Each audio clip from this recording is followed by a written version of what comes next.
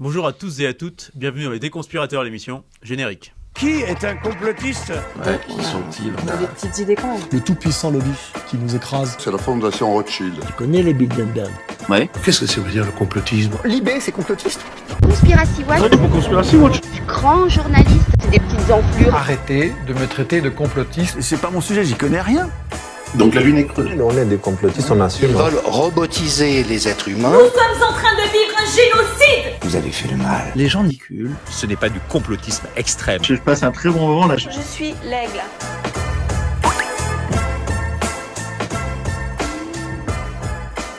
Chaque numéro est l'occasion pour Rudy, Tristan et moi de nous plonger dans la complosphère et vous aider à y voir plus clair. Bonjour Rudy. Bonjour David. Bonjour Tristan. Salut à tous. Et bonne année 2024 à tous et toutes. Espérons qu'elle nous permettra de nous extirper un peu du conspirationnisme d'atmosphère, comme dirait un philosophe qui s'appelle Tristan Mendès France.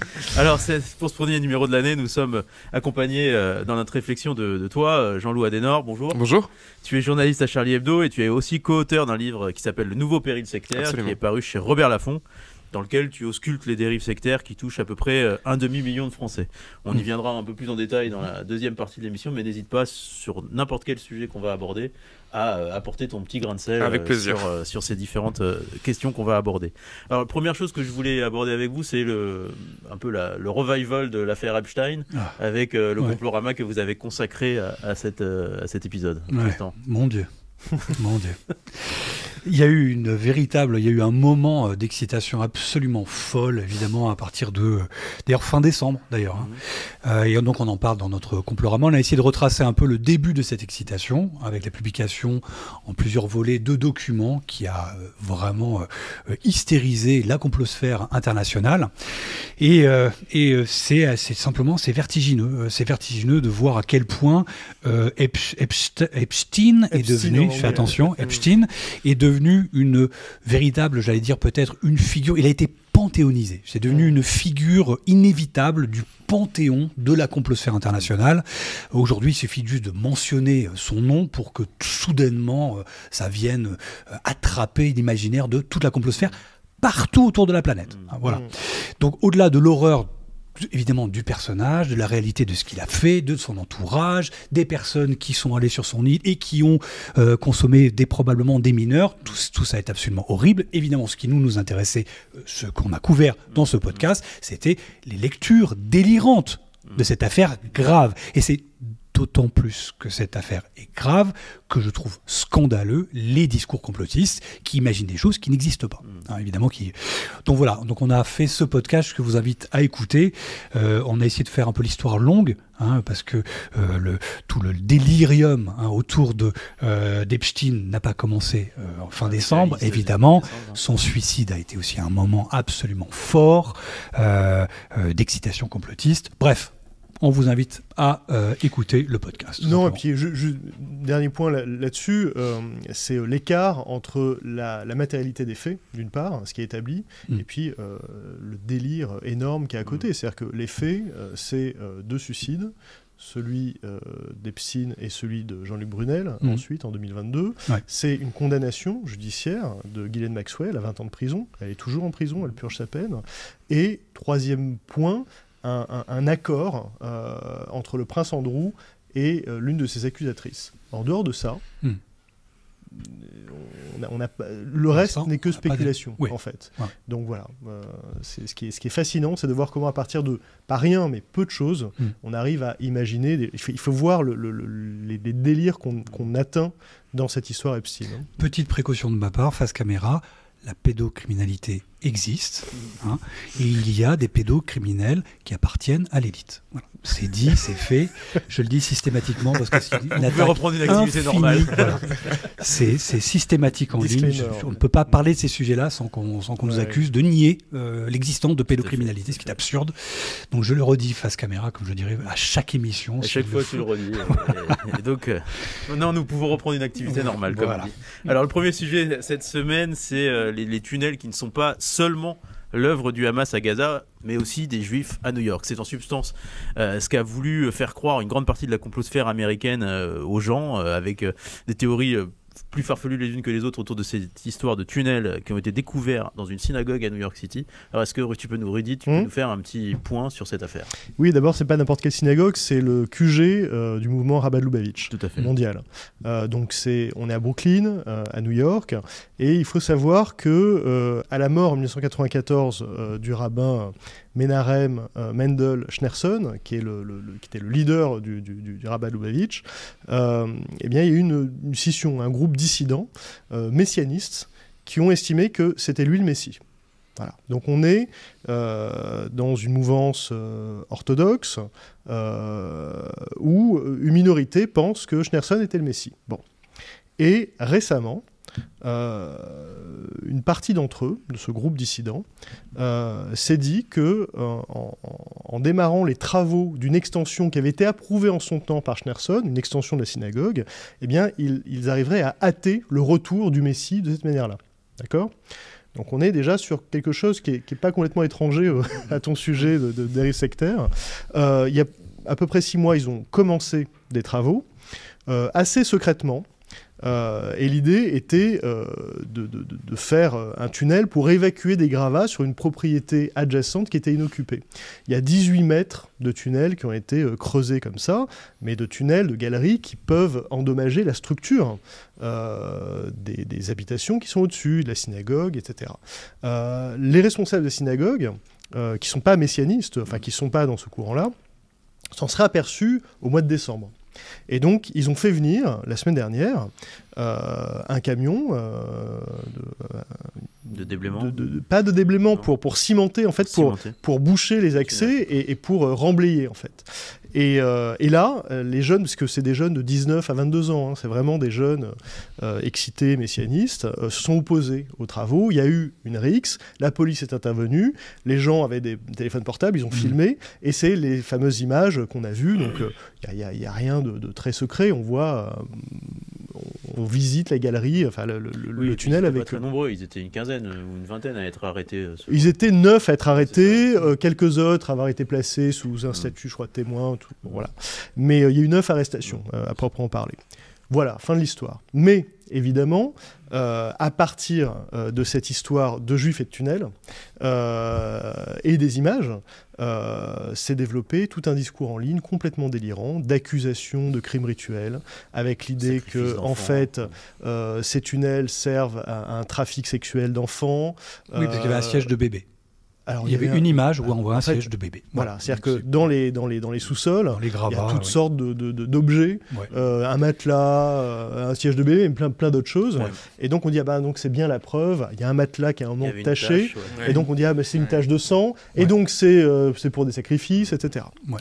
Donc un délire en ligne extrêmement inquiétant, avec des accusations qui datent du Moyen-Âge, de crimes rituels. Des enfants, en fait, voilà. Donc c'est vraiment, en plus, l'imaginaire du tunnel, qui est très présent dans l'imaginaire complotiste. Hein. Il y a des pages de Raoul Girardet là-dessus, dans Mythes et mythologies politiques, sur l'idée que les comploteurs se réunissent la nuit, dans des caves, dans des cryptes, donc dans des tunnels, etc. Il y a tout l'imaginaire QAnon aussi, du Pizzagate. Le Pizzagate, c'était quand même l'idée que sous une pizzeria, il y aurait eu un sous-sol où on martyrisait, où on torturait des enfants. Il n'y a même pas de sous-sol, en fait, dans cette pizzeria. Mais c'est ça qui est fou. Donc là, on est... et puis, autre point, la rumeur d'Orléans. Fin des années 60, cette rumeur qui se développe selon laquelle, dans des boutiques de vêtements tenues par des juifs, des femmes iraient dans des cabines d'essayage et disparaîtraient ensuite. Alors, il n'y a pas de preuve matérielle de ça, c'est une rumeur qui est apparue, qui s'est développée, puis qui a disparu ensuite. Mais l'idée était que, tout ça transitait de manière souterraine aussi. Donc, voilà, tout ça fait fond sur un imaginaire qui est déjà présent et qui a été réactivé à la faveur de cette affaire. Ouais, moi, j'y verrais plutôt...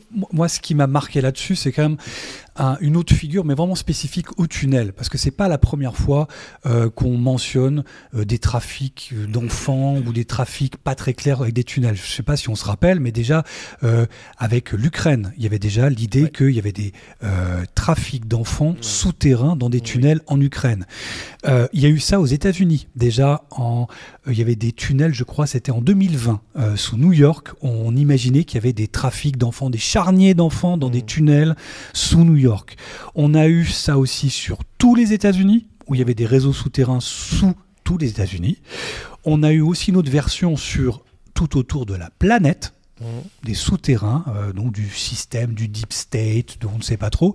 Et il y a enfin une version, évidemment, sur Mars. Sur Mars, sur la planète Mars. Tunnel sous Mars. Avec toujours cette idée d'exploitation d'enfants, mais vraiment la figure... Tu me permets, ce qui est assez logique, parce qu'il n'y a pas d'atmosphère sur Mars. Oui. Donc on peut imaginer qu'il y a tout un réseau de... En tout cas, je crois qu'il y a vraiment une figure, quelque chose de particulier, avec cette figure spécifique du tunnel. Ouais. Moi, ce que je note dans ce que vous dites, c'est l'aspect absolument central de la question des enfants, mais je pense que je dis rien de novateur en disant ça, puisque je vous ai déjà entendu en discuter. L'idée que l'enfant, en fait, va permettre une mobilisation très forte des personnes qui vont avoir envie de les protéger, etc. C'est quelque chose qu'on retrouve beaucoup dans les dérives sectaires également, c'est-à-dire, bon, l'idée, le complotisme pédosataniste en l'occurrence, mais aussi la question de l'enfant comme élu, comme instrument de l'avenir, comme enfant indigo, enfant de cristal, il y a différents termes. Et puis l'innocence surtout. Et l'innocence, absolument. Mais aussi l'idée que c'est en passant par les enfants qu'on va réussir à changer la société et le monde, en fait, qu'on va créer une génération à venir. On a encore eu le cas il y a quelques mois avec un groupe à Pontarmé qui s'appelle l'École des Arches, où ils avaient prévu même d'une société à venir en prenant des enfants en internat, etc. Donc la position de l'enfant permet à la fois, j'ai l'impression, de mobiliser les personnes qui rentrent dans ces dynamiques complotistes, voire sectaires. Puis elle permet aussi, en fait, c'est un peu une promesse, c'est quelque chose de sacré, d'intouchable, de précieux, que eux sauraient protéger et que les méchants, que les autres voudraient violer ou alors consommer, dans le cas de l'adénochrome, je crois. Oui, c'est ça. Ou sexuellement. Mais je crois que tu as raison, c'est absolument central. Je crois qu'effectivement, c'est ce qu'on le dit effectivement assez souvent ici, mais que ça abaisse considérablement le seuil de raison de ceux qui sont embarqués dans ce type de combat.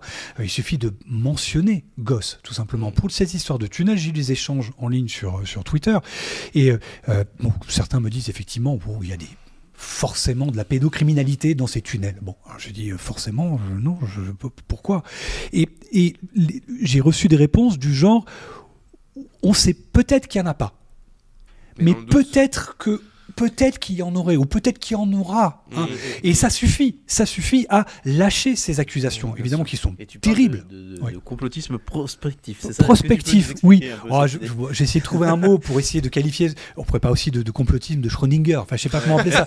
Mais c'est une sorte de. Il est là ou il n'est pas là, c'est pas le problème. Peut-être qu'il pourrait être là, et ça suffit pour légitimer le délire du moment.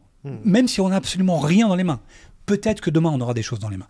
Et donc, bref, c'est extrêmement dangereux, c'est délétère. Et dernière chose avec cette focalisation sur les enfants, c'est que c'est profondément et particulièrement dangereux pour les personnes qui le ciblent. Parce qu'on désigne les accusateurs comme des gens qui sont soit des consommateurs, des tueurs, des exploiteurs, etc. De ceux qui avaient plus cher. C'est le pire crime. Donc, franchement, on vous met cette cible sur le dos. Je pense que si on provient d'un mouvement sectaire ou d'un mouvement complotiste vraiment un peu radical, si moi, on m'indique, on me pointe du doigt une communauté, des individus, des puissants, je ne sais quoi, franchement, je les croise dans la rue, je ne sais pas quelle serait ma réaction. Il y a une nouveauté aussi par rapport à l'époque de la rumeur d'Orléans, ou même par rapport à l'époque du Pizzagate, c'est qu'immédiatement, on a vu apparaître des illustrations issues de l'IA générative, c'est-à-dire générées par IA, par Midjourney essentiellement, avec des illustrations mais vraiment horrifiques, avec des bébés ensanglantés, des juifs à papillotes à côté, enfin des choses d'un antisémitisme absolument délirant et complètement désinhibé. L'IA générative, elle produit ça aussi. Oui, dernière petite chose, encore une fois sur les tunnels. Il y a une sorte pour le coup, d'un revival d'un antisémitisme, mais vraiment le plus traditionnel, le plus archaïque qui soit. Et là, on a vraiment les gros fachos, les vrais antisémites. Il y a des gros négationnistes, c'est-à-dire américains, qui ont relayé cette affaire-là. On voit bien que ça permet en tout cas à ce vieil antisémitisme franchement poussiéreux de faire une nouvelle jeunesse et de se réactiver aujourd'hui et de trouver une nouvelle audience d'ailleurs. Deuxième sujet cette semaine, Hillary Clinton en sorcière, les grenouilles gays, George Soros, l'île d'Epstein, et autant d'éléments qui se retrouvent dans un jeu en ligne lancé par Alex Jones, le pape du conspirationnisme américain. Et les joueurs sont en combat contre ces figures ONI de la complosphère. Il y a aussi Klaus Schwab, Fauci ou Justin Trudeau. Alors Tristan, est-ce que tu peux nous raconter un peu ce jeu-là dont tu as découvert un peu l'existence, voilà, et dont tu as parlé sur Conspiracy Watch dans un papier qui est publié sur le site, et puis nous dire un peu cette mouvance de gamification du complotisme. Oui, c'est un peu ça l'idée. Tout le monde le sait aujourd'hui parce que maintenant, notre ami Alex Jones, depuis qu'il a été réinstitué sur X, je crois qu'il a atteint les 2 millions d'abonnés, je crois, en tout cas plusieurs millions d'abonnés. Il a pris 800 000 abonnés en quelques jours, après son retour. Donc enfin, en tout cas, il est son propre média maintenant, et son son bateau mère de communication maintenant, c'est X. Donc bref, donc il a communiqué, donc moi je le suis comme tous ceux qui suivent un peu cette sphère, bref, et donc il a communiqué, il a effectivement lancé, il a annoncé un peu à toute sa fanbase qu'il lançait un jeu sur la plateforme qui s'appelle la plateforme Steam, qui est probablement l'une des plus grosses plateformes de jeux en ligne aujourd'hui. C'est un mastodon des jeux en ligne. Et donc il a lancé ce fameux jeu qui s'appelle, je crois que c'est la guerre contre le Deep State, ou le Nouvel Ordre Mondial. NWO Wars. Voilà, exactement. Et donc c'est un jeu qui reprend absolument tous les codes et tout l'imaginaire complotiste poussé par notre ami Alex Jones, et qui a d'ailleurs reçu un accueil vraisemblablement assez positif sur la plateforme Steam, évidemment artificiellement gonflé par sa fanbase, mais le résultat c'est que effectivement son jeu payant, qui d'ailleurs je crois était à 1700... Enfin bref, à quelques dizaines d'euros. C'est entre 10 et 20 euros.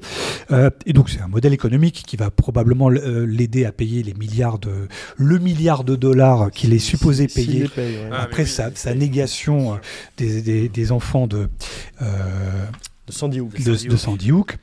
Et donc ce jeu-là, ce que je trouve intéressant en tout cas avec ce dispositif, évidemment, c'est qu'il est en train d'essayer de gamifier, si on veut, les références de la complosphère, ce qui est quelque chose qui se faisait déjà auparavant. C'est pas une première. C'est pas une première, mais disons que là, il l'a vraiment modélisé. C'est un modèle économique. Donc là, il a vraiment lancé son propre game.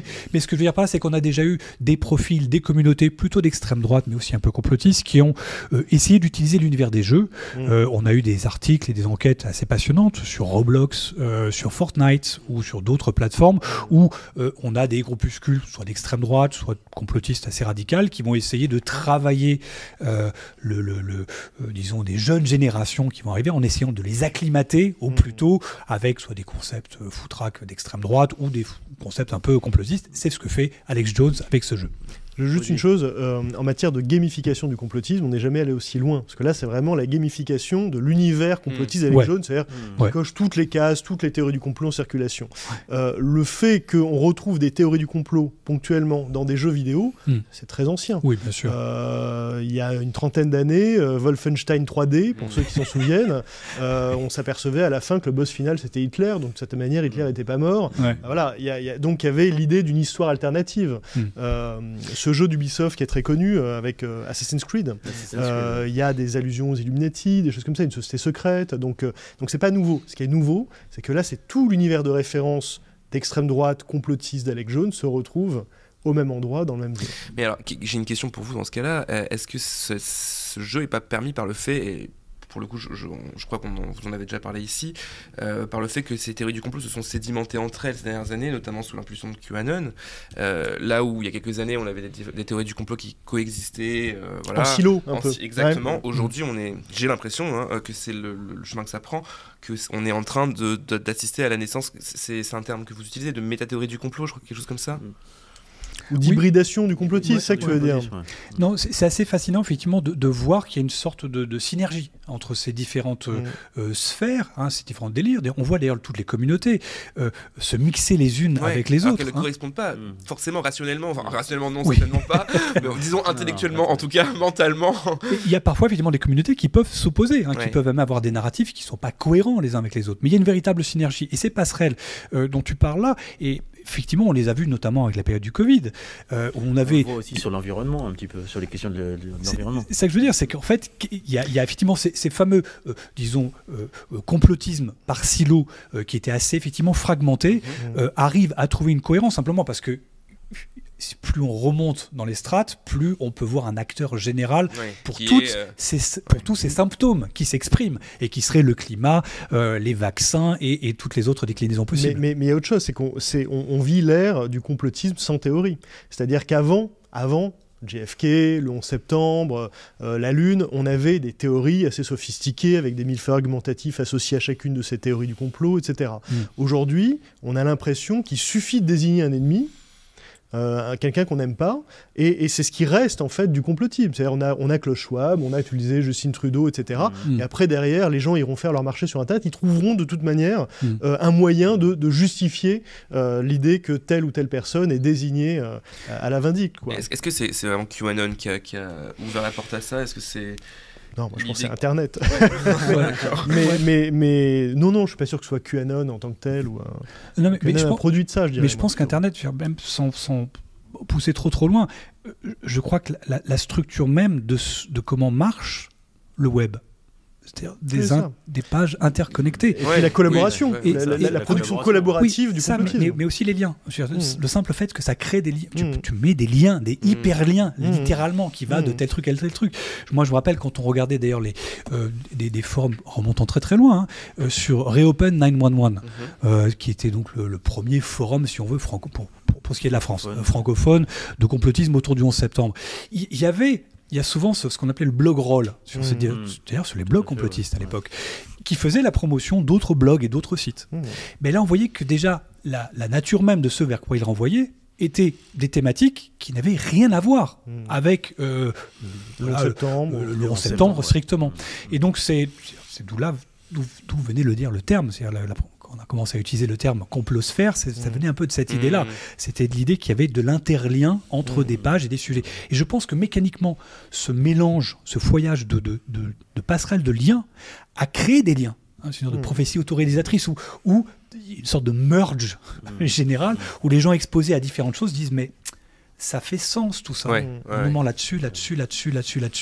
Ok, donc il y a peut-être méta, on peut parler de métacomplotisme après, mais donc il y a quelque chose un peu au-dessus qui donne sens à toutes ces expressions qui sont parcellaires, parfois contradictoires, mais ça a du sens parce que c'est tenu par quelque chose de mystérieux derrière.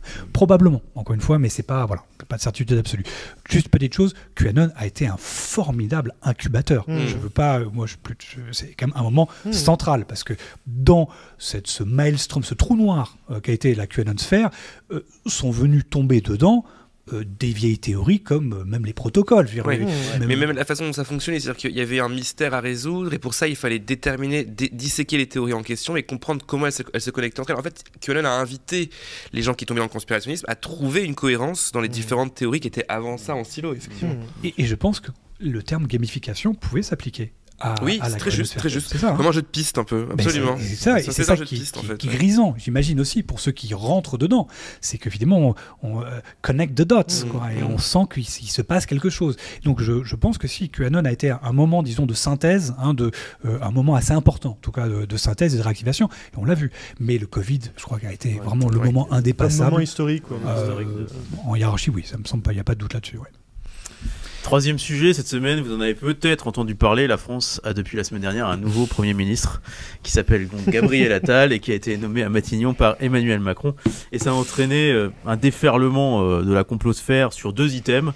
D'abord, son homosexualité, et son judaïsme. Je le mets entre guillemets parce que il se trouve que Gabriel Attal est juif seulement par son père, qu'il est baptisé orthodoxe, mais peu importe, pour les complotistes et la complosphère, il est juif et donc il a été victime d'antisémitisme et d'homophobie de manière très, très forte. Il y a, par exemple, on peut citer Ivan Benedetti, ce négationniste bien connu. Et puis surtout Alain Soral, qui a été déplatformé de X suite à un tweet, effectivement, et antisémite et homophobe. Exactement. Donc Benedetti qui disait que Attal était le clone de Macron version liste de Schindler et cage aux folles. Ça, c'est la citation exacte. Virginie Joiron, députée RN. Joron, députée RN, en mode les élites de Heidelberg qui dirigent le monde. Et Lalanne, forcément, Jérémy Mercier, Alexandre Jouvin-Brunet, qui lui a parlé de lobby juif et gay qui a mis la main sur la France. Alors, Rudy, toi, tu voulais, je crois, axer un petit peu toute ta réflexion sur le terme de Bilderberg qui est vachement ressorti au moment de ses attaques contre Gabriel Attal. Oui, parce que cette eurodéputée RN, Virginie Joron, qui est très liée à la mouvance anti-vax, elle a fait une conférence commune avec Christian Perron, notamment au Parlement européen. Elle a expliqué que Attal était adoubé par l'élite mondialiste de Bilderberg. Voilà. Ce qui est intéressant, c'est qu'effectivement, il a participé en 2023, cette année, l'année dernière, à une réunion annuelle du Bilderberg, avec d'ailleurs un autre ministre, Clément Beaune, qui lui n'est pas dans le gouvernement, qui n'est plus dans le gouvernement. Donc là, on va vous dire, mais Bilderberg adoube des gens qui sont au gouvernement, mais qui n'y sont plus. Bon.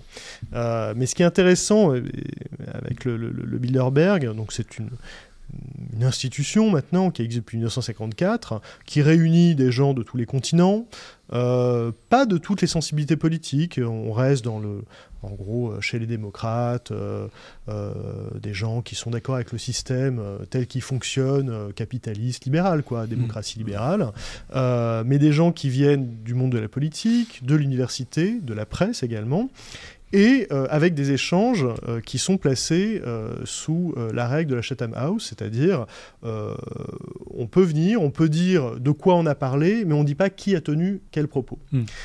Et ça, c'est pas souvent ou pas toujours compris du grand public.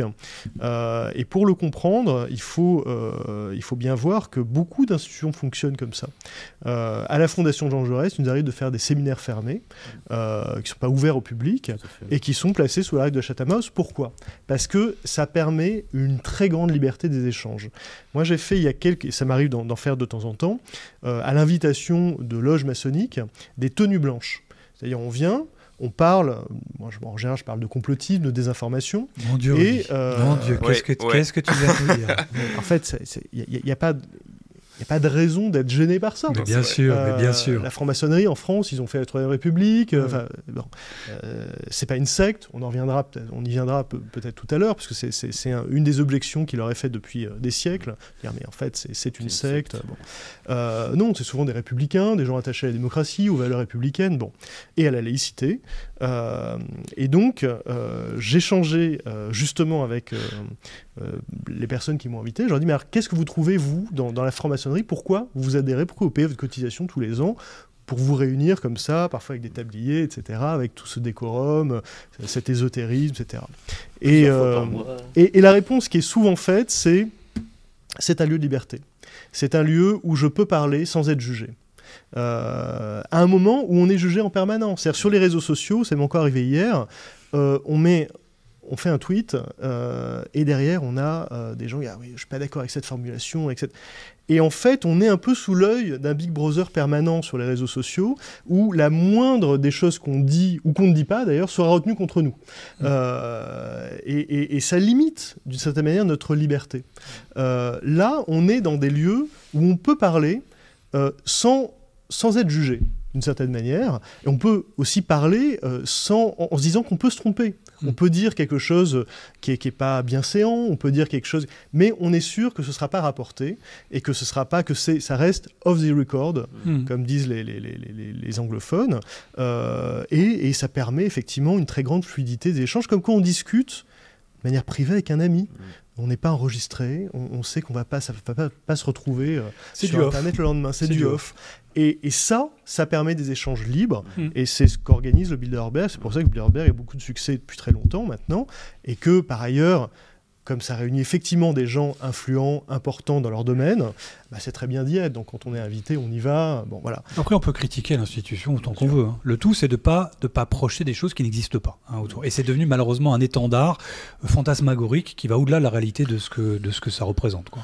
Oui, alors moi simplement peut-être sur la question plus du lobby homosexuel, parce que c'est une accusation intéressante aussi qu'on sort très, très régulièrement à des gens qui travaillent... Alors, à des personnes homosexuelles dans un premier temps, évidemment, qui ont des fonctions publiques, politiques, mais aussi à des personnes qui travaillent sur les questions LGBT et notamment sur la question des droits, en fait. Moi, je me rappelle très bien que quand on a commencé notre travail avec Timothée de Roglodre sur les thérapies de conversion, donc qui sont ces pratiques qui consistent à essayer de convertir une personne homosexuelle à l'hétérosexualité, on a été très vite accusé de faire partie du lobby LGBT. Alors c'est très drôle parce que je vais dire un poncif en disant que le lobby n'existe pas. Voilà, je le dis, ça sert toujours à ça.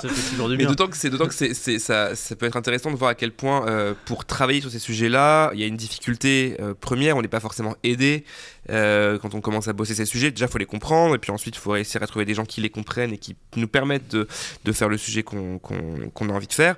Et puis, alors, puisque Rudy a parlé de la franc-maçonnerie, moi je parlerai peut-être du fait que quand on rencontre une personne homosexuelle qui est, je sais pas, une personnalité politique, ça a été le cas notamment sur les thérapies de conversion, où la députée qui s'est occupée de faire la loi sur les thérapies de conversion, Laurence von Sonnenbrock, était une femme lesbienne en couple. Effectivement, il y a une sensibilité à la question homosexuelle, à la question LGBT. Et effectivement, connaissant les discriminations que ces personnes vivent, ces personnes-là sont plus motivées, plus décidées à agir pour changer les choses. Est-ce que c'est un lobby ou est-ce que c'est une connaissance d'une souffrance, d'une exclusion, du vécu de l'homophobie qui fait qu'elles ont envie de se mobiliser pour faire ça?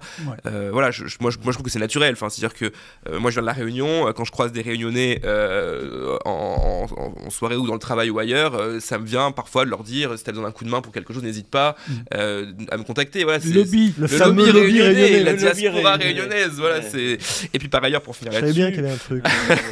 Je ne crois pas que Gabriel Attal soit la personne la plus sonore, la plus publique sur la question des droits LGBT et la question de sa propre homosexualité, dont il ne fait pas un combat par ailleurs. Donc je trouve pas que ce soit la personne à qui le terme de lobby, qui ne devrait pas être utilisé de façon générale, soit le plus adapté. Moi, ce que je note dans cette séquence-là, c'est un travers, j'allais dire, systématique qu'on voit dans l'extrême droite en général et la complosphère en particulier, qui est de se focaliser sur la sexualité des élites. C'est de fantasmer sur la sexualité des élites, qui, par nature, est perçue comme étant dégénérée. Générée par avec rapport... un jugement implicite, c'est-à-dire que quand... Voilà. Oui, quand je dis dégénérée, par rapport à des valeurs traditionnelles, plutôt réactionnaires, etc. Mais souvent, encore une fois, c'est une focale sur la sexualité, comme si c'était vraiment le... on a vu ça... les attaques transphobes délirantes sur la femme de Macron, sur Macron lui-même. Qui viennent des mêmes cercles que celles qui attaquent Gabriel Attal. Absolument, oui, c'est pour ça qu'il y a une vraie focale, encore une fois, une vraie focale sur la sexualité des élites en général. Oui. Est-ce que vous me permettez juste une petite digression, parce qu'on a eu quelques messages ces dernières semaines sur un sujet qui est un hashtag Ladybug. Les gens ne comprennent pas pourquoi il y a ce hashtag Ladybug, une coccinelle, etc. J'ai vu des panneaux dans des manifestations. Dans des manifs, oui. Voilà. Alors en fait, ça vient du mythe du transgenrisme ou la transsexualité de Brigitte Macron. Ladybug, pour dire il y a un bug sur sa qualité de femme. Ouais. Et donc ça a donné Ladybug, l'héroïne de ce dessin animé là, qui est habillée en coccinelle. Ouais. Donc coccinelle, donc à Noël, Coccinoël, hashtag Coccinoël. Et donc c'est tout un langage codé. Et maintenant est apparu un nouveau hashtag qui est Gabybug. Oui.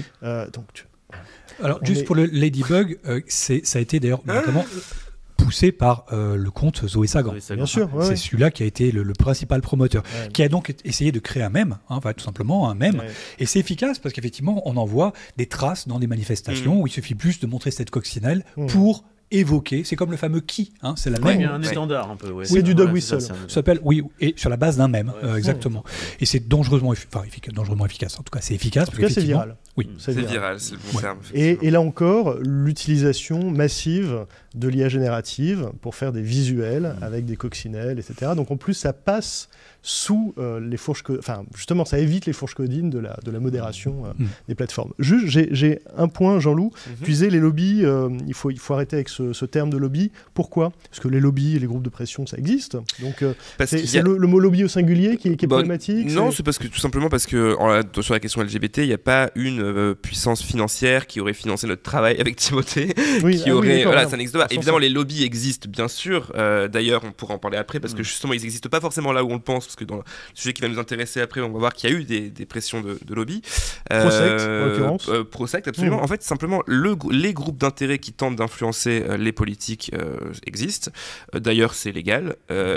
Ils sont déclarés dans certains systèmes. Je pense notamment à l'Union européenne. C'est déclaré. Je crois qu'en France, il y a une législation là-dessus aussi. J'ai un doute, mais il me semble qu'il y a une législation là-dessus.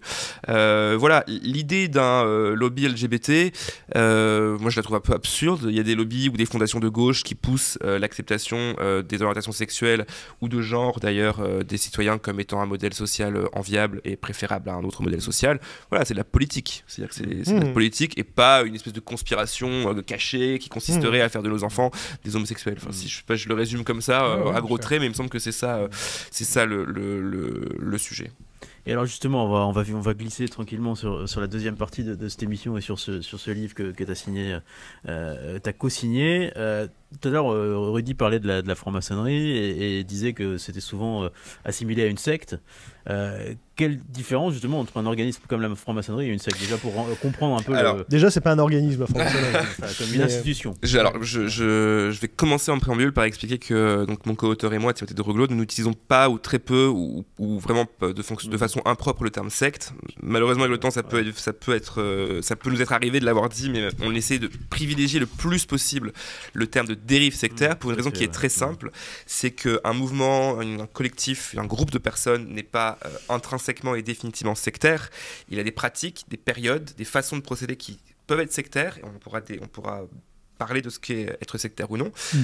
Pour ce qui est de la franc-maçonnerie, ce groupe, comme tout groupe humain, n'est pas à l'abri de comportements qui auraient trait à des dérives sectaires. Ouais. En l'occurrence, en ce qui me concerne, moi j'ai pas d'informations à ce sujet, j'ai pas travaillé sur cette question en particulier, mais si demain il y avait un scandale d'emprise sectaire dans une loge maçonnique, ça me surprendrait absolument pas. Bien sûr, je pense pas qu'il faille le traiter de façon différente d'un autre groupe humain qui peut présenter ce type d'emprise. Ouais. Ce qui est problématique, c'est de considérer que les groupes sont nécessairement sectaires à partir du moment où ils présentent une question ésotérique ou spirituelle.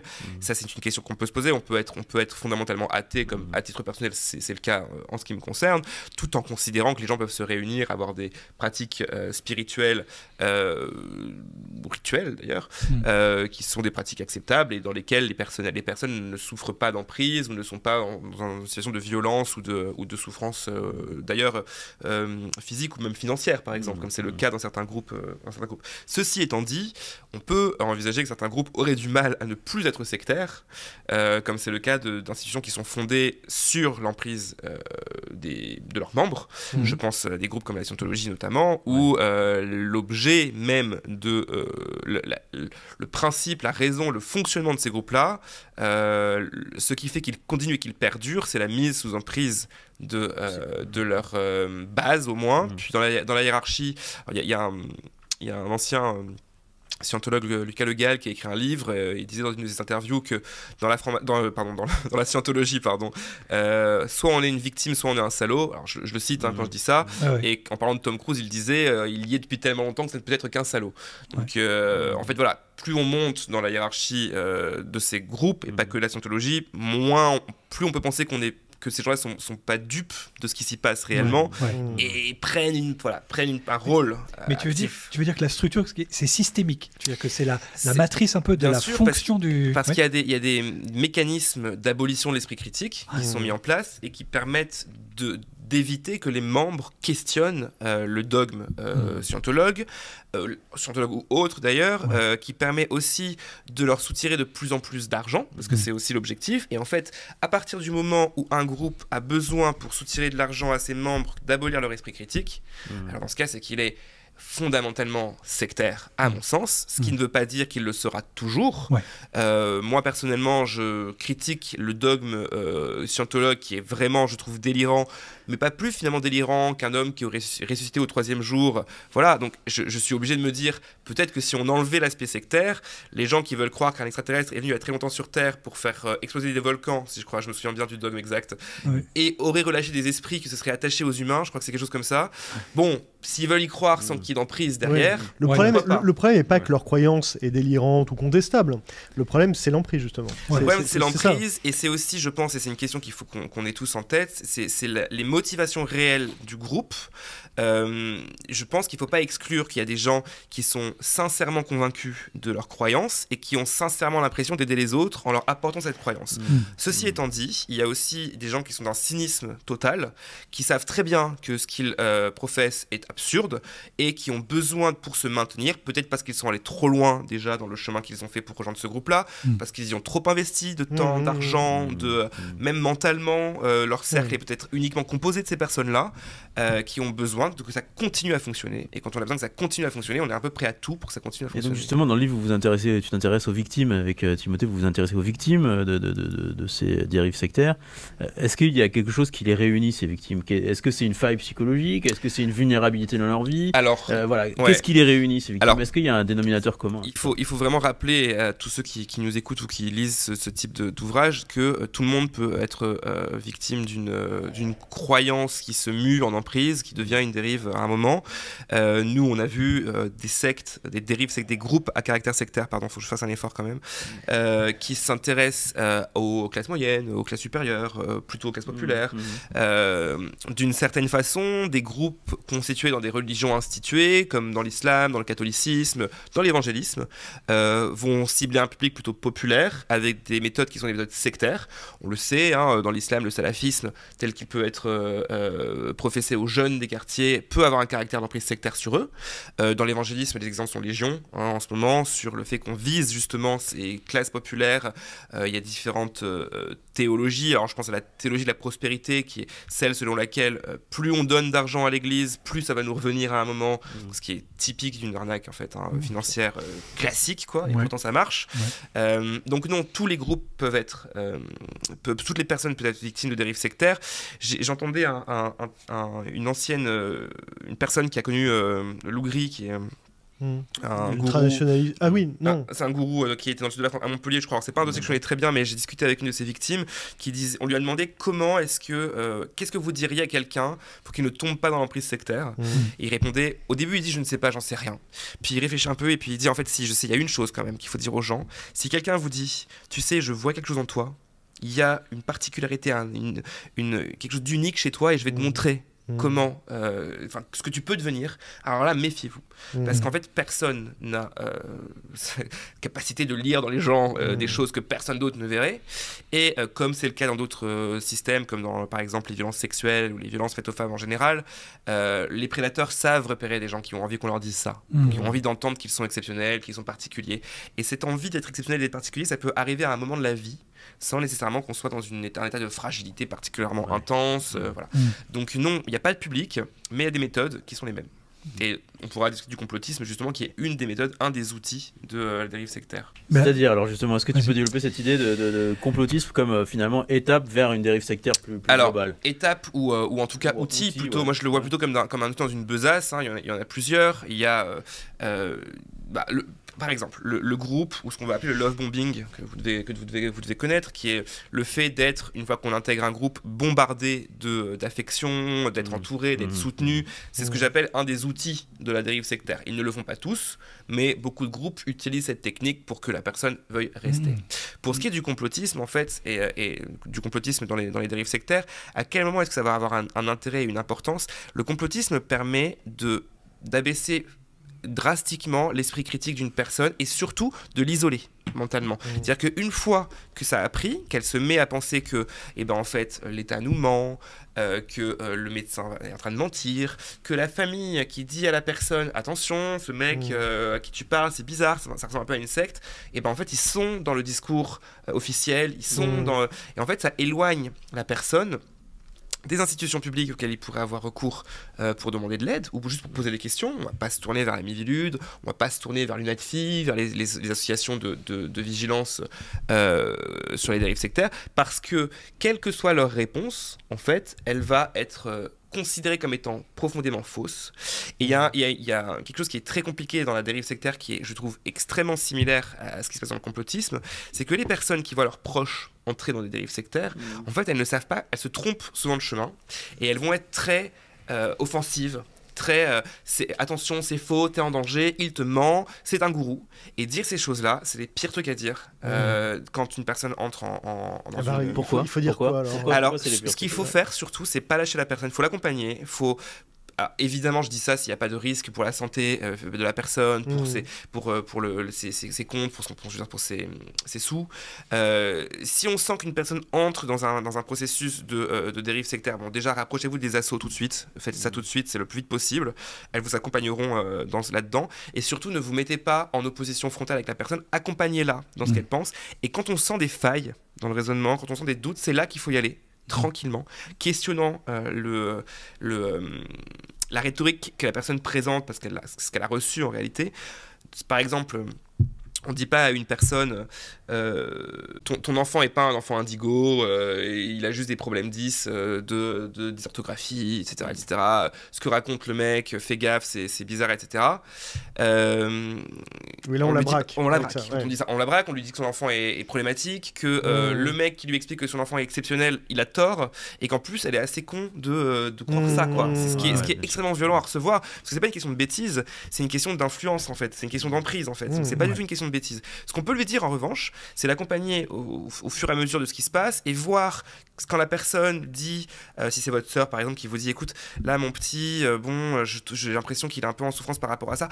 Ah mais en souffrance, tu penses pas que peut-être que le fait de lui dire ce genre de choses, ça l'aide pas forcément? Est-ce que la souffrance elle a commencé à quel moment? Tu penses que depuis que tu vois cette personne-là, il y a pas... C'est y aller comme ça en fait, progressivement de faire appel à la raison critique, à la pensée critique de la personne pour qu'elle-même fasse le cheminement qui consiste à se dire ah je sens plus trop ce qui se passe. Oui. Et après c'est pas miraculeux. Ouais. Il y a des choses qui vont demeurer et l'emprise, l'emprise, on sait comment ça marche, mais on ne sait pas comment ça s'arrête. C'est un truc qui est très compliqué. Les gens qui font ce qu'on appelle la déprise, c'est un terme un peu barbare, personne ne sait comment ça fonctionne. Il y a des techniques évidemment anglo-saxonnes qui consistent à choquer les personnes. Alors j'ai oublié le nom que ça a. MDR, non, c'est pas ça, c'est possible. En gros, on enlève la personne, presque on la kidnappe de son environnement sectaire, on la sort et on la choque de rationalité. Ce que je trouve être une bêtise absolue. À mon avis, ça crée des traumatismes très très forts. Il faut se rendre compte de ce en quoi les gens. C'est un effondrement de la réalité pour eux quand ça s'arrête. Quand on leur dit ce que vous avez cru pendant des années, c'est complètement faux. Le monde ne va pas s'arrêter demain. En fait, voilà, c'est très très violent. Donc ce type pour moi, c'est pas une solution. D'autant que pour eux, c'est existentiel, c'est total, c'est global. C'est pas quelque chose de parcellaire. C'est pas une partie de leur vie qui est embarquée là-dedans. C'est leur être, leur vie, leur existence tout entière. C'est comparable à une rupture amoureuse. C'est comparable à ce type de choses. Alors il y a la pensée que les personnes, il y a la représentation de la réalité que les gens se sont mis en tête, mais il y a aussi, il faut pas négliger ça, tout l'aspect extérieur, c'est-à-dire les gens qu'ils fréquentent, leur routine de vie, qui sont quand même des éléments matériels qu'on peut modifier. C'est-à-dire que quelqu'un qui est dans un environnement sectaire va fréquenter des gens de cet environnement sectaire-là. À partir du moment où on arrive à la récupérer, à faire un pas vers elle, on peut la sortir de ça, lui faire avoir des personnes qui idéalement ne sont pas dans le jugement par rapport à ça, lui faire retrouver un travail, une autonomie financière et le ramener vers la pensée critique. Effectivement, la partie mentale, la partie représentation du réel, c'est la plus compliquée. C'est quelque chose que les gens vont mettre des années à déconstruire. Alors, juste une toute petite chose, je voulais rebondir sur ce que tu parlais tout à l'heure du love bombing, le fait que quand tu rentres dans une mouvance sectaire ou dans une mouvance à dérive sectaire, bref, tu es rempli d'amour, etc. Ça m'a fait tout de suite penser à, là pour l'univers de la complosphère que j'observe, j'avais été totalement estomaqué lorsque j'ai commencé à rentrer sur les premiers groupes Telegram de la mouvance QAnon française des décodeurs. Bon, il y avait à un moment donné, c'était assez ouvert, il y avait beaucoup d'échanges et j'ai commencé à suivre un peu ce qui se passait dedans. Et j'étais mais vraiment dérouté. C'est très cœur, quoi. Oui, par le nombre de cœurs que les gens s'envoyaient, la façon qu'ils avaient de s'interpeller les uns les autres, d'un altruisme extraordinaire, d'une gentillesse bienvenue, salut, comment est-ce qu'on peut t'aider, moindre problème technique, quelque chose, j'en parle, etc. Et des cœurs à ne plus finir, merci d'avoir parlé, merci, love, love, love, chacun qui se likait les autres. J'étais dérouté. Moi, j'étais venu pour voir de la théorie conspi, des gens qui échangent de la data, tu veux, des échanges, des sources, des données. Et j'avais en fait un flux, parce que Telegram est plutôt une messagerie, plus qu'un support de production de contenu, donc c'est plus de l'affect qui s'exprime, bref. Et j'étais sur un torrent de bisounours et de cœur et d'amour. Et j'étais un peu dérouté parce que je m'attendais. En plus, j'avais la projection que moi j'avais de les voir un peu comme des méchants, entre guillemets. Des gens qui véhiculent des idées assez cradingues, assez dégueulasses, qui peuvent être dangereuses. Donc moi, j'y vais avec mon bagage je vais voir des gens qui sont assez mauvais, qui ont un mauvais fond. Et j'ai vu en fait des gens qui étaient remplis d'amour et de cœur. Mais c'est important de le dire, c'est hyper important de le dire. Alors moi j'ai un truc que je dis beaucoup à mon équipe à Charlie, je leur dis souvent les vrais méchants sont peu nombreux. Il y a peu de gens qui sont complètement cyniques et complètement quasiment pervers. Enfin il y en a, hein. Je dis pas qu'il y en a pas, hein. Il y en a. Oui, mais il y en a. Il y en a bien sûr. Et je pense que vous en connaissez quelques-uns effectivement. Mais les gens qui sont dans ces groupes-là souvent sont des gens qui ont beaucoup d'amour pour leur prochain déjà pour commencer. Moi c'est un truc que j'ai vu très souvent, qui sont animés de bonnes intentions. Et ça, c'est très difficile à comprendre quand on commence sur la question sectaire ou la question religieuse, parce que on voit des gens qui arrivent avec beaucoup de bonnes intentions et qui vont prêcher des choses qui sont terrifiantes et qui peuvent être dévastatrices pour les gens. Et pourtant, c'est fait avec de l'amour, c'est fait en faisant des câlins, c'est fait en disant si tu te donnes quoi que ce soit, je suis là, Dieu t'aime, ce genre de choses. Et ça, c'est très déstabilisant. Mais je crois ce que tu viens d'expliquer qui est vraiment un point fondamental. Pourquoi c'est fondamental ? Parce que il faut le comprendre pour comprendre ce à quoi on a affaire, face à qui on est. En fait, si ces groupes-là existent, s'ils perdurent, s'il y a un réflexe de solidarité, s'il y a un réflexe de protection, si vous êtes harcelé aussi souvent sur les réseaux sociaux, c'est justement parce qu'ils ont l'impression d'être aimés, accueillis, intégrés et de faire partie d'une communauté. Et ça, c'est une impression qui est très très forte. Et leur demander de sortir de ça, leur demander de renoncer à ça, de revenir dans l'espace commun, qui est un espace froid, qui est un espace qui est dur.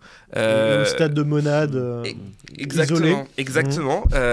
Et ben c'est quelque chose qui n'est pas enviable et qui s'en va pour personne. Je vais faire une. Alors je sais pas si j'ai eu le temps de cette comparaison là parce que c'est un peu farfelu. C'est un peu à contre-emploi, mais dans Matrix, vous voyez le premier Matrix. Vous voyez Cypher qui veut revenir dans la Matrix parce que c'est trop dur la vie à l'extérieur. Et ben c'est un peu de ça en fait. Ça ressemble un petit peu à ça.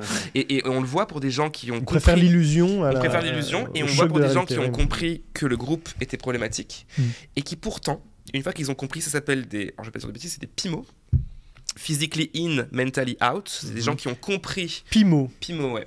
Et on a des pommiers aussi, des gens qui sont physically out, mais mentally encore in. D'accord. Et en fait, c'est des gens qui ont compris que c'était n'importe quoi ce qui se passait autour d'eux. Mais comme toute leur sociabilité est construite dans le groupe, j'ai un très bon exemple chez les témoins de Jéhovah, un monsieur qui a un certain âge, qui est une source en or pour le coup, qui a un certain âge et qui lui ne quittera jamais les témoins de Jéhovah parce que sa famille y est. Parce que son cercle de sociabilité il est complètement intégré à ça. Mais en réalité, il a déconnecté. Et en gros, mais lui, c'est très bien que c'est des bêtises. Il faut voir les informations qu'il nous envoie ou les mails qu'il nous envoie. Et en plus, il a une pensée qui est extrêmement affûtée, extrêmement aiguisée. Je pense que ce monsieur a très bien réfléchi à comment est-ce que les témoins de Jéhovah, enfin le collège central, les témoins de Jéhovah mettaient les gens sous emprise. Comment est-ce qu'il les maintenait sous emprise. C'est assez archétypal, les témoins de Jéhovah. C'est-à-dire que vraiment, ils se construisent en disant à leurs adeptes, le monde est mauvais. Et à partir du moment où ils ont gagné ça, à partir du moment où c'est intégré que le monde est mauvais, c'est bon. Et ils ont 2-3 arguments pour le dire. Et pourtant, on savait quand même 4 fois, à chaque fois j'oublie le chiffre, 4 ou 5 fois qu'ils se plantent sur la fin du monde. Sur la fin du monde. Et ça continue quoi, c'est quand même hallucinant. Ah bah il y avait 1914, il y avait les 70, Alors là c'est les derniers jours je crois, on y est presque. Cette articulation là du monde est mauvais, là pour le coup je fais évidemment un parallèle avec le complotisme. Parce que la mécanique profonde, la matrice profonde du complotisme, c'est de considérer que le système extérieur nous veut du mal, que le système extérieur est mauvais en soi. Mais c'est plus que ça, c'est une misanthropie, c'est de l'homme, on s'attend au pire. Il y a vraiment, enfin moi je trouve que c'est très présent notamment chez la mouvance être souverain. Ah oui, voilà, bien sûr. Être souverain, on pourrait se dire, finalement, c'est quelque chose d'assez connu, c'est des hippies. Et en fait, non, parce que les hippies, dans les années 70, c'est des gens, alors qu'on peut trouver très bisounours, trop optimistes, mais qui ont un optimisme par rapport à l'avenir. Et voilà, faites l'amour, pas la guerre, quoi. Là, nos êtres souverains, qui sont en rupture par rapport pas seulement à l'État, par rapport à toute la société. Ils rejettent la société, même leur propre patronyme. Ils déchirent, ils brûlent leur papier d'identité. L'idée de reconstituer quelque chose, une société close, alternative, en rupture avec le reste de la société, avec l'idée que du reste de la société, on ne peut s'attendre qu'au pire, au mal, et voilà. Et ça, il me semble que c'est une différence majeure. Oui, c'est une différence majeure. Il y a aussi la question qui intéresse beaucoup les dérives sectaires de l'initiation, le fait d'être initié. Il peut y avoir le monde extérieur est mauvais, mais il y a surtout nous. On est particulièrement différents et on est particulièrement exceptionnels. Et ça, c'est quelque chose qui fonctionne très très bien dans les dérives sectaires. C'est le fait d'initier les gens à quelque chose, à un savoir secret. Donc, c'est les deux rhétoriques qui fonctionnent. Le monde est mauvais, mais nous-mêmes sommes meilleurs, en fait. C'est quelque chose qu'on retrouve dans la scientologie où il y a des niveaux de progression, ce qu'on appelle les niveaux θ. On va... Alors, pas tout de suite. Ça va venir à un moment. Par ailleurs, c'est vrai de à peu près toutes les religions. Oui, alors, là, je dirais que non, parce que l'initiation, elle n'est pas censée être prosélyte, en tout cas. Évidemment que de fait, les dérives sectaires sont plutôt prosélytes, mais le christianisme, par exemple, même l'islam, dans certaines mesures, sont des religions qui ont plutôt vocation à s'étendre. À s'universaliser, voilà, c'est ça. Là où on avait établi une typologie avec Timothée dans le bouquin de dérives sectaires isolationnistes ou expansionnistes. Donc, on a les deux, et dans les deux cas, l'emprise est la même, et la violence est la même pour les participants. Mais la notion d'initiation donne une espèce de hauteur morale déjà aux adeptes, puis aussi au gourou, qui lui va pouvoir dire en cas de contradiction, en cas d'une personne qui s'interrogerait sur ce qu'un de ses proches lui a dit, de toute façon, qu'est-ce que tu veux qu'il y connaisse, vu qu'il n'a pas été initié, en fait. Et ça, c'est quelque chose qui marche très très bien dans les dérives New Age. Beaucoup dans le New Age, je pense à des choses comme l'anthroposophie, je pense à la théosophie, je pense à pas mal de mouvances à l'extrême droite, de type ésotérique aussi, où il va y avoir une initiation qui va être proposée, et une fois qu'on est initié, on appartient à une élite. Il n'y a pas toujours un gourou. Il n'y a pas toujours un gourou. Il n'y a pas toujours un gourou qui est physiquement présent. Dans les faits, il y a quand même très souvent quelqu'un qui en tire bénéfice. Ça, c'est certain. Mais c'est vrai que la figure du gourou, c'est une figure qui est un peu années 80-90. On a beaucoup dit ça, et en fait, plus j'y pense et plus j'avance, et plus je me rends compte qu'il y a de plus en plus, il y a quand même de plus en plus. Enfin, je me rends compte qu'en fait, ce schéma assez vertical existe quand même toujours. Raël. Oui, Raël. Mais par exemple, on a un cas de communauté très virtuelle, très réseaux sociaux avec Thierry Casasnovas, qui en fait n'est pas directement en contact avec ses ouailles. Bah oui, lui peut très bien dire, et il le dit d'ailleurs, il dit moi les gens, on parle de dérives sectaires, moi je suis pas en contact direct avec les gens qui me regardent. Je m'inscris complètement en faux là-dessus. Alors c'est intéressant. Pourquoi parce qu'en fait on s'est rendu compte, je me rends compte, les gens qui travaillent sur les dérives sectaires se rendent compte que on peut mettre quelqu'un sous emprise avec une vidéo en fait. C'est tout à fait possible en fait. Il y a une histoire qu'on raconte dans le livre qui n'a pas été trouvée par nous mais par un journaliste de Futura, je crois. Je suis désolé si j'ai oublié, les gens pourront aller voir, d'un jeune homme qui arrive à l'hôpital sans avoir pris son traitement pour le diabète. Il a un diabète de type assez grave, donc la situation est très très grave, et l'interne de médecine qui est la source de ce papier explique que le gamin était convaincu qu'en changeant son régime alimentaire, en mangeant des légumes, etc., des choses crues, le diabète allait disparaître, parce que finalement le diabète n'existe pas, et que tout se purge par le jeûne et le fait d'éviter les produits cuits, etc.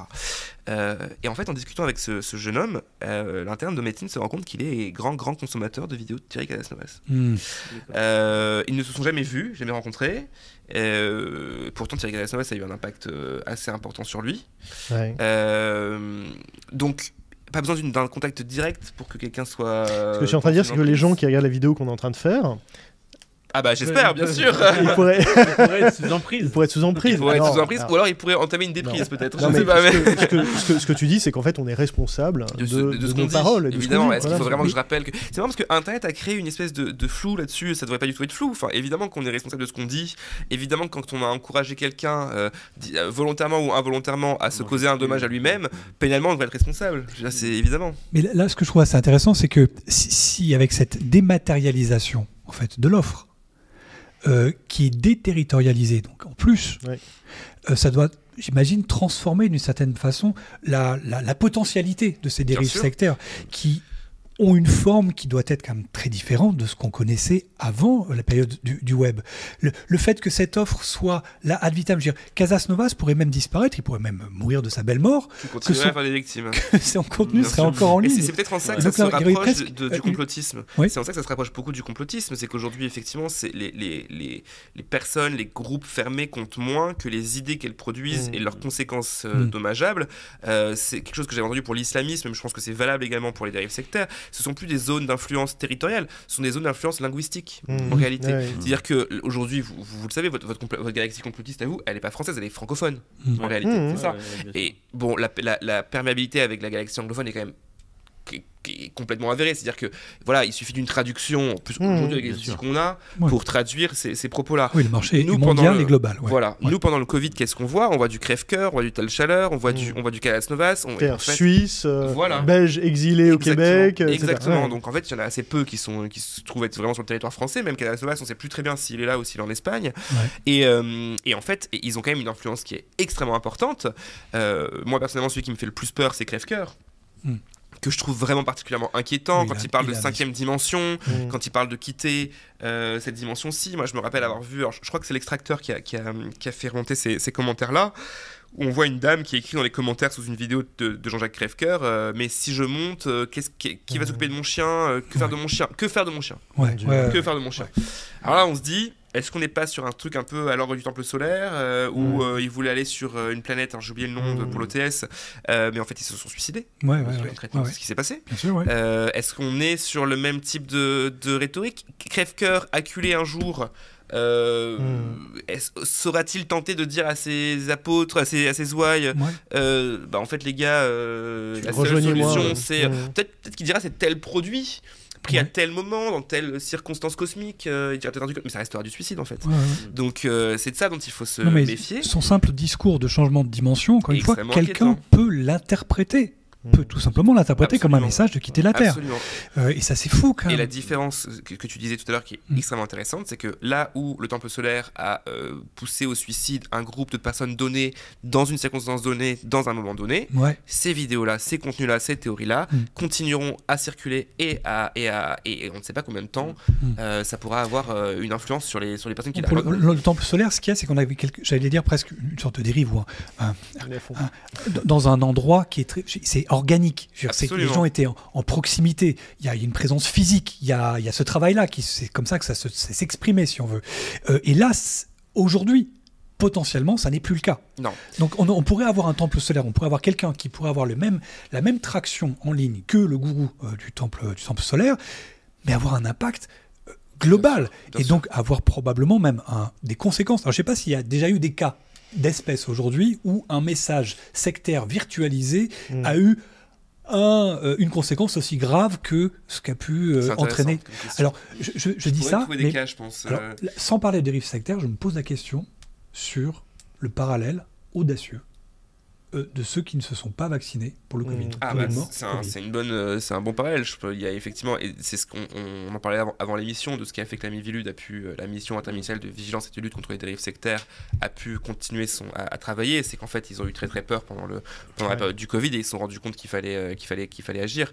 Il y a peut-être... Alors, deux choses. Il y a une chose que je trouve est pire dans la situation dans laquelle on est aujourd'hui par rapport à celle de l'OTS, c'est que dans une dérive sectaire classique, le moment où les adeptes vont quitter leur famille ou leur groupe pour s'installer physiquement avec le gourou, il y a quand même un travail qui doit être fait en amont, il y a une marge.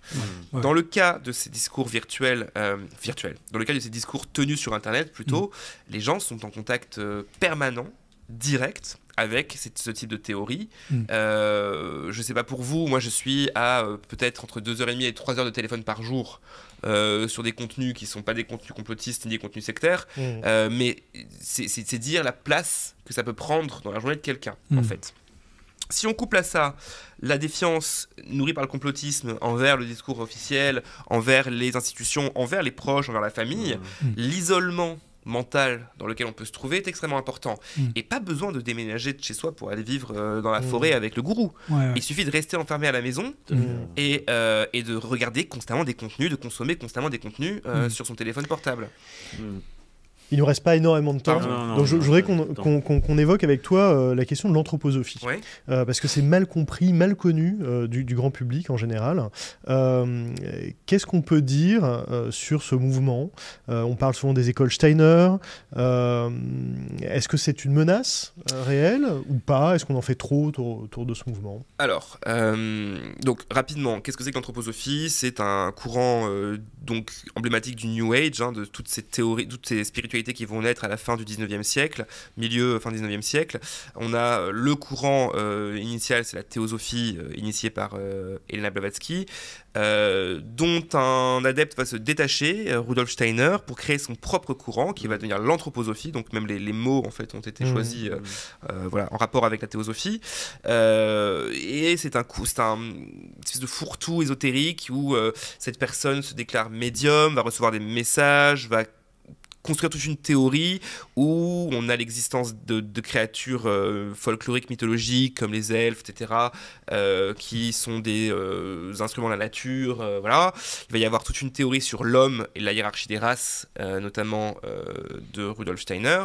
Ça a essaimé principalement dans 3 domaines. Donc la santé et le bien-être, bien sûr, l'éducation avec ce que tu viens de dire, Rudy, sur les écoles Steiner, et la question de l'agriculture avec la biodynamie notamment. Les vins en biodynamie. Les vins en biodynamie et tout ce qui est l'agriculture en général biodynamique. Et puis il y a un 4e domaine dont on parle moins, qui est la finance, puisqu'il y a aussi une finance dite éthique, notamment avec la nef qui a été créée par des anthroposophes. Voilà. Alors, plusieurs choses.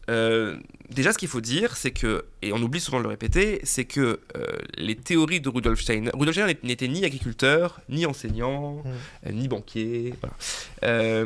Donc il faut quand même rappeler, si on est un tout petit peu attaché à la rationalité, à la raison, que les théories qu'il a construites dans ces 3 domaines-là ne sont basées sur absolument rien de rationnel. Ça, il faut le rappeler, c'est important de le dire. Est-ce que c'est une dérive sectaire? Comme je le disais en préambule, tout groupe de personnes peut être sous une emprise sectaire, peut souffrir de préjudices causés par l'emprise et par le caractère sectaire du groupe auquel il appartient. Qu'est-ce qui pose problème aujourd'hui dans la question de l'anthroposophie, et particulièrement la question des écoles Steiner? C'est que ces écoles Steiner se présentent pour beaucoup comme étant une alternative à l'école publique, construite plus ou moins sur le modèle Montessori, avec une grande place qui est laissée aux enfants dans leur réflexion, dans leur rapport à la nature, à la spontanéité, etc.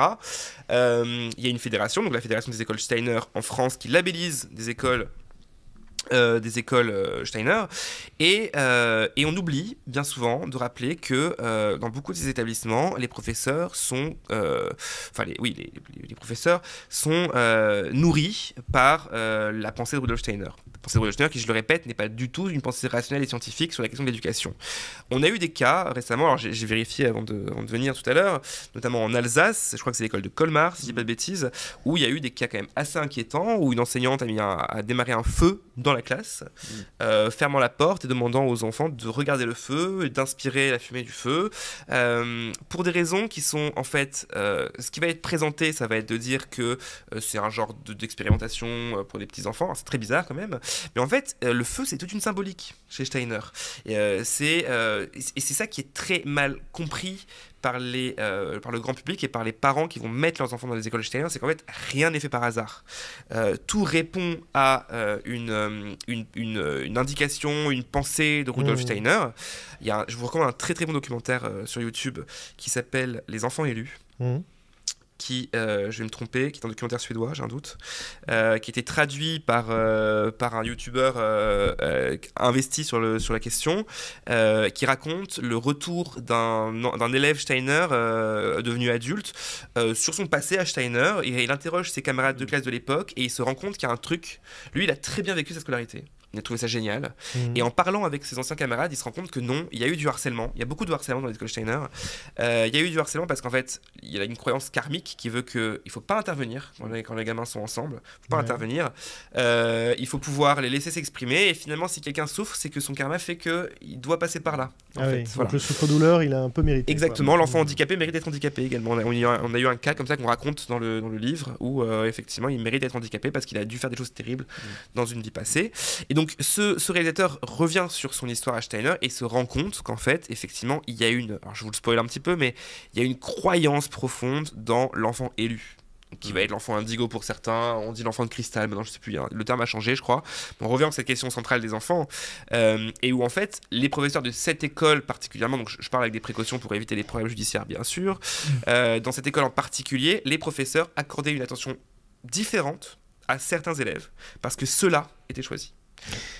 On tient en suspicion les vaccins dans ces écoles Steiner? Absolument, le vaccin, alors je crois que c'est détruire un des corps éthériques de la personne. J'ai pas l'explication. La vaccination en général, on parle même pas de la vaccination anti-Covid. Non, la vaccination en général, absolument. Sa vaccination en général est tenue pour suspecte parce qu'elle coupe l'homme, mais c'est pas que Steiner qui dit ça, hein, parce qu'elle coupe l'homme de son rapport avec l'invisible, avec ses corps. Il y en a plusieurs, astrales, éthériques, il y en a une ribambelle, j'arrive jamais à m'en souvenir. Mais oui, effectivement, ils sont anti-vaccinistes, tout à fait.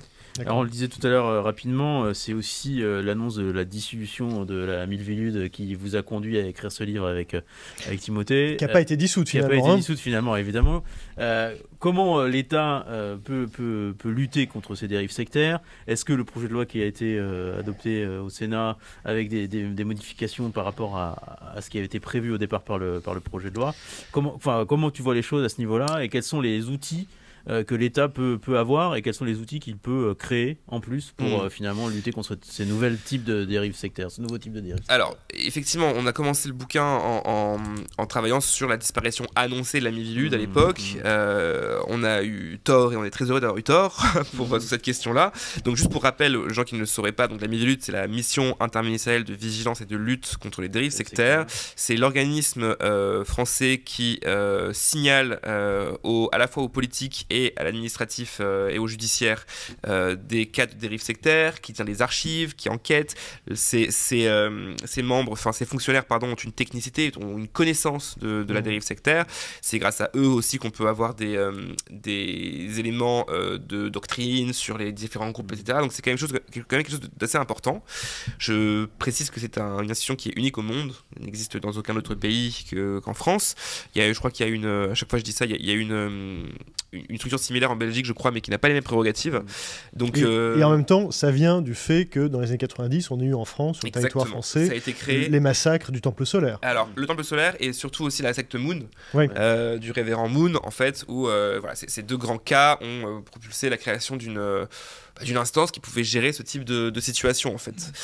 Donc, effectivement, la Millevillud était promise à disparaître. Le Covid l'a sauvée. Donc, on va dire que c'est une des bonnes conséquences du Covid. C'est qu'on s'est rendu compte, pendant le Covid, le politique s'est rendu compte pendant le Covid qu'il y avait un anti-vaccinisme qui venait d'une frange beaucoup plus large que celle qu'on considère comme étant la frange anti-vacciniste en général. Il y a un anti-vaccinisme ésotérique, en fait, je sais pas comment il faut le dire, ou religieux, ou spirituel, voilà. Ce que je viens d'expliquer sur Steiner, mais dans d'autres groupes également. Et surtout, ils se sont rendus compte que les signalements qui étaient faits à la Millevillud à ce moment-là étaient, alors j'ai oublié le taux, je crois que c'est 30%, mais il faudrait que je vérifie, étaient de plus en plus liés à la santé. En fait, et donc que le cas de la dérive sectaire, de la secte entre guillemets, qui est un peu vieillotte à ce moment-là, la France est confrontée au terrorisme islamiste, la secte type OTS, c'était années 80-90, c'est terminé quoi en fait. Et en fait, ils se rendent compte que le phénomène a muté, qu'on est face à la question de l'emprise qui dépasse le cadre spirituel, mais qui va atteindre le cadre bien-être, sauf qu'en réalité c'est quand même spirituel derrière, la majorité des cas. Et donc du coup ça va valider et sauvegarder la multitude. Donc ça c'est pour le premier point. Donc cette loi donc sur laquelle tu m'interroges, elle a été construite à la suite des assises sur les dérives sectaires qui se sont tenues l'année dernière. Et je vais être un peu décevant parce que la question de savoir qu'est-ce qu'on peut faire pour lutter contre les dérives sectaires, moi je t'avoue que j'ai pas la réponse. En tout cas j'ai pas la réponse légale. Je sais pas si. Je vais donner un exemple. En fait, regarde, on a travaillé sur les thérapies de conversion avec Timothée. On a aidé, on a contribué à la création, par notre travail, à la création d'un article de loi qui vient sanctionner les pratiques visant à modifier l'orientation de genre ou l'orientation sexuelle d'une personne. Donc on a créé une loi. Enfin, on n'a pas créé une loi nous, mais l'agitation à l'époque a débouché sur une loi. Je cherche un cas de condamnation sur ce motif-là. Il y a une chose qui est très compliquée dans l'emprise sectaire et les questions religieuses, c'est que les gens passent très longtemps dans ces groupes-là sans se rendre compte qu'ils sont victimes d'emprise.